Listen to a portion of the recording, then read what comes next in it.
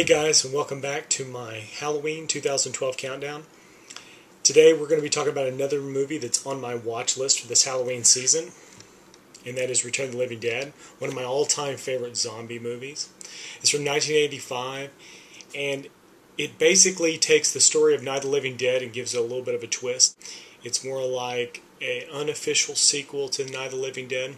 It often references that movie all during the beginning when it talks about setting up the rules, but what it does is it takes it and puts a slight twist on that, meaning that many of the things that we think of, shooting a zombie in the head in order to kill it, they begin to work out those rules and find that it's not quite what they expected. Unlike Night of the Living Dead, which doesn't tell exactly how the zombie infection or disease or whatever it is spreading, this takes the route of a chemical compound that can reawaken any dead thing. And what we get is we get a really funny entrance to the movie by having the characters set up in a medical supply building, and then also there's another subset of characters that are at a cemetery.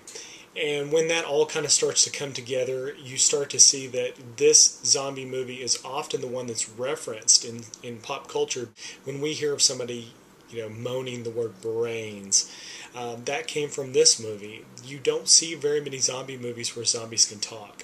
This, to me, is a great movie because it has really interesting zombies. For my Halloween 2012 countdown watch list movie of the day, I'm picking Return of the Living Dead. It's just great all-around fun, and I usually try to watch it at least a couple times a year, and I save one of those times to keep it kind of fresh during the Halloween season.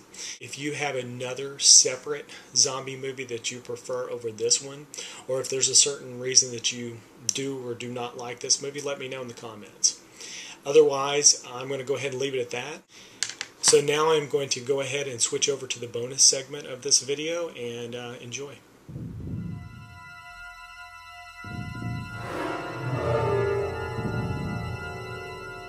Today we're going to be making a snack, and it's going to be called brain food. This is actually something playing off of the zombie theme that we got on the first half of the video. It's really simple, it's really easy, and it makes a great snack for the Halloween season. I always enjoy trying to make some kind of food or something to watch with a scary movie this time of year. So let me go ahead and tell you the ingredients you're going to need.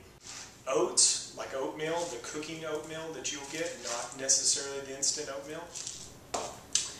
Some peanut butter, preferably the omega-3, and then some just syrup. This is just whatever your favorite maple syrup is. So the next thing I'm going to get that you will need for this is some wax paper.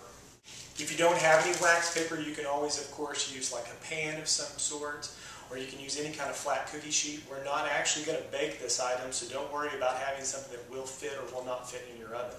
This is actually only going to fit in your refrigerator.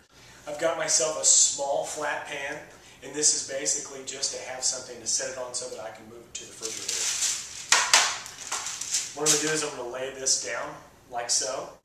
You'll need to take a semi-small mixing bowl. It doesn't need to be too large. You're only going to fix as much as you actually need.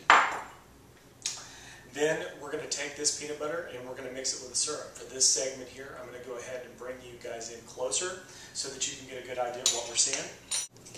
We're going to take 2 big heaping tablespoons of peanut butter. Just put it in just like that. Then you're going to take your maple syrup and pour it on there. Now this is just for kind of a sweetness, so you don't want to add too much. I would say probably a tablespoon, tablespoon and a half. And what you want to do is you want to mix this.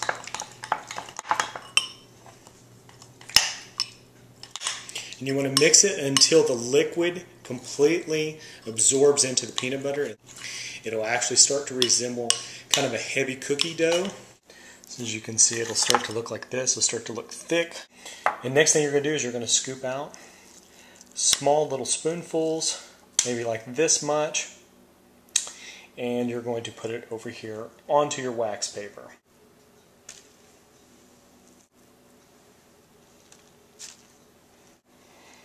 Once you've got a few of these, and just kind of like in little clumps like that, you're going to take your oatmeal and you're just going to dump a little bit over here to the side. All you're going to do is just roll this in that. Just enough to get some on every side.